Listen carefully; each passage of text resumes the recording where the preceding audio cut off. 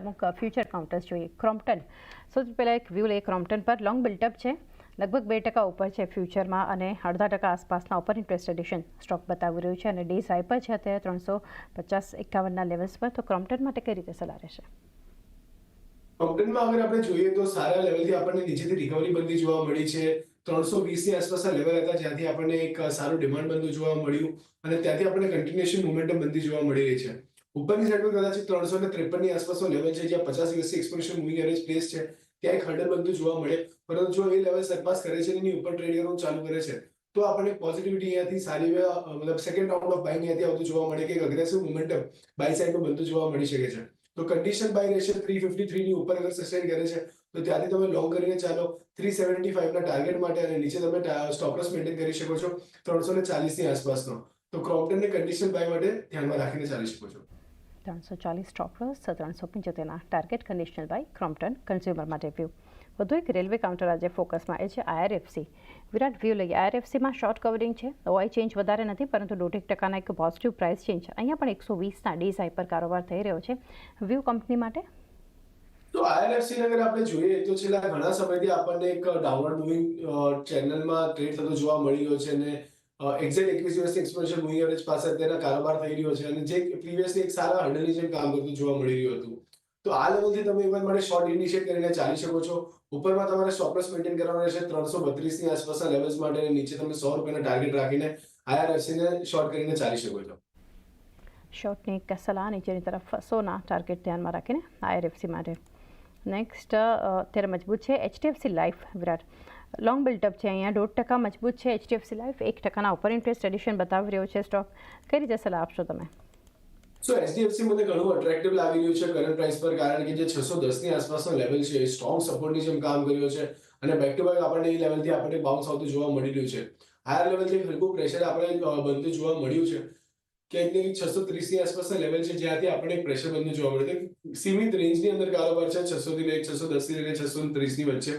તો જો અગર 630 ને નિયર ફ્યુચરમાં આપણે સરપાસ કરતો દેખાડે કે એની ઉપર ટ્રેડ થતો જોવા મળે છે તો આ ઘણો અટ્રેક્ટિવ કાઉન્ટર હોઈ શકે છે બાય કરવા માટેનો. ઉપરની સાઈડ પર પહેલો જ લેવલ આપણને કંઈક ને કંઈક 655 અને એના ઉપર સસ્ટેન થાય છે તો 770 લેવલ્સ પણ આપણને HDFC લાઈફમાં બનતા જોવા મળી શકે છે. તો આને તમે બાય સાઈડ માટે ડેફિનેટલી ધ્યાનમાં રાખીને ચાલી શકો છો. કન્ડિશન બાય અહીંયા પણ રહેશે 630 ની ઉપર સસ્ટેન કરે છે ત્યાં તમે બાય કરીને ચાલો.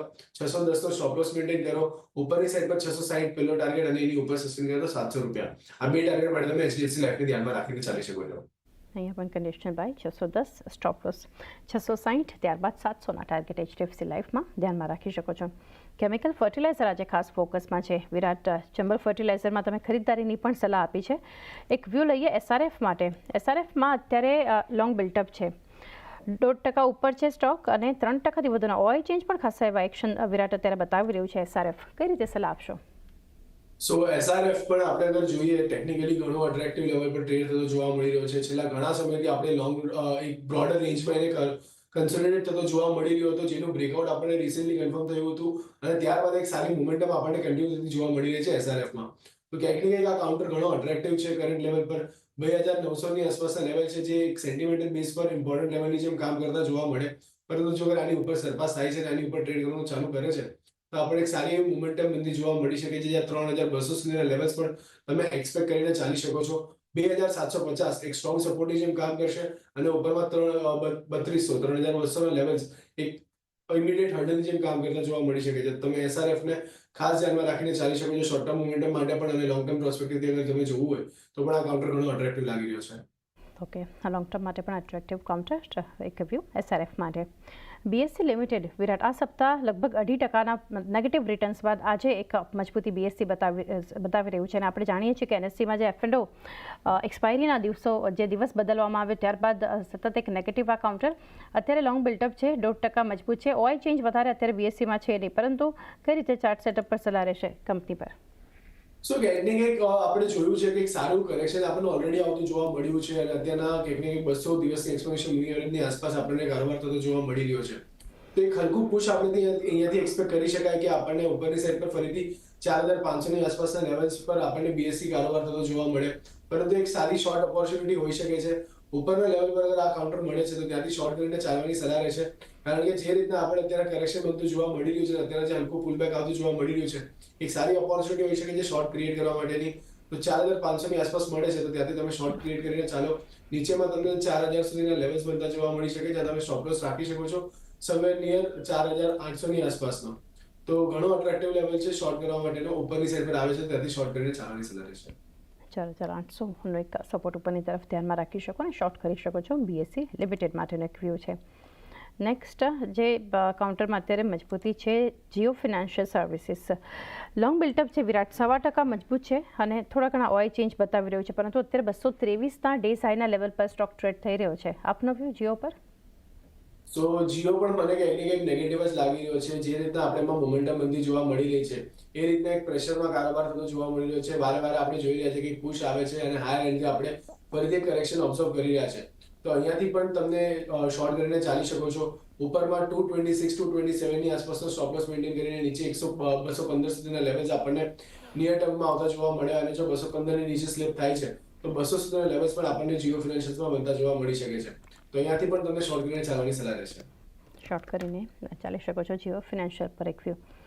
મહાનગર ગેસનું એમજીએલનું કાઉન્ટર છે વિરાટ, કે જ્યાં એક આજે જોરદાર પ્રોફિટ બુકિંગ આવ્યું છે. ગઈકાલે શોર્ટ કવરિંગ હતું એમજીએલમાં, ખરીદદારી હતી અને આજે આ સ્ટોક જોઈ રહ્યા છે કે એમજીએલમાં લોંગ અનવાઇન્ડિંગ થઈ રહ્યો છે, ઓઆઈ પણ કટ થઈ રહ્યા છે, નેગેટિવ પ્રાઇસ ચેન્જ છે, ડેઝ લોની આસપાસ સ્ટોક ટ્રેડ થઈ રહ્યો છે.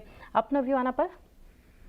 સો ક્યાંક ને ક્યાંક મહાનગર ગેસમાં આપણે જોઈએ તો એક સીમિત રેન્જની અંદર આપણને કારોબાર થતો જોવા મળી રહ્યો છે, જ્યાં 1240 થી લઈને ઉપરમાં 1350 ની આસપાસના લેવલ છે, જેના વચ્ચે આપણને કન્સોલિડેશન બનતું જોવા મળી રહ્યું છે.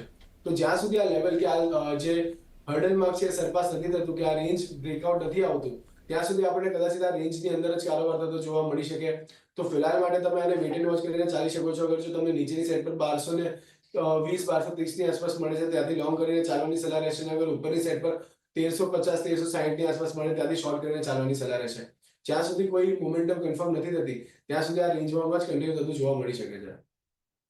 જી, તો એક વ્યૂ જોઈ રહ્યા છે કાઉન્ટર આપણને એમજીએલ પર. આ સિવાય વધુ એક કાઉન્ટર આજે જે ખાસો પ્રેશરમાં છે આઈટીમાંથી, એ છે ઓએફએસએસ. શોર્ટ બિલ્ટઅપ છે વિરાટ, 3% નીચે છે સ્ટોક અત્યારે અને લગભગ 1.25% ઉપર ઇન્ટરેસ્ટ એડિશન બતાવી રહ્યું છે. કઈ રીતે સલાહ આપશો અહીંયાથી ઓએફએસએસ પર? સો ઓએફએસએસ ને અગર આપણે જોવા જઈએ તો આપણે એક સારું એવું ફોલ એમાં આવતું જોવા મળ્યું હતું. નિયરલી 13,000 ના લેવલથી આપણે સૌથી પહેલો જ સપોર્ટ બનતો જોવા મળ્યો, સમવેર 9,000 ની આસપાસના લેવલ. ત્યાં આપણે હલકું કન્સોલિડેશન જોયું અને ત્યાંથી second round of selling start થયું હતું. તો અત્યારના પણ જે રીતે આપણે જોઈ રહ્યા છે કે એક સ્મોલ કન્સોલિડેશન બાદ ફરીથી કરેક્ટિવ મોડ અહીંયાથી સ્ટાર્ટ થતો જોવા મળી રહ્યો છે. તો ક્યાંક ને ક્યાંક ઓવરઓલ એક નેગેટિવ ચાર્ટ સેટઅપ બન્યા છે અને નેગેટિવિટી સાથે અહીંયા કારોબાર પણ થઈ રહ્યો છે.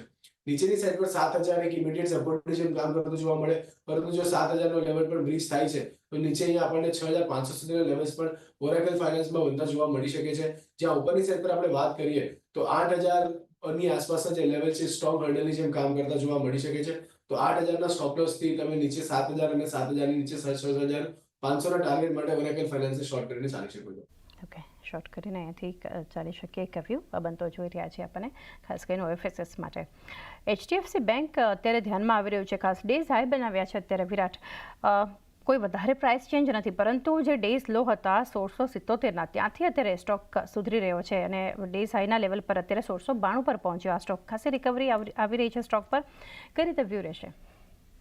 બેન્કિંગ સેક્ટરમાં અગર આપણે જોઈએ તો સારું સપોર્ટ આપણને એચડીએફસી બેંક પાસેથી મળતું જોવા મળ્યું હતું, કારણ કે જે રીતના અગર આપણે જોઈએ તો આ કાઉન્ટરમાં અગર મુવમેન્ટ નથી આવી પોઝિટિવ સાઈડ, તો નેગેટિવ પણ એટલો નથી થયો.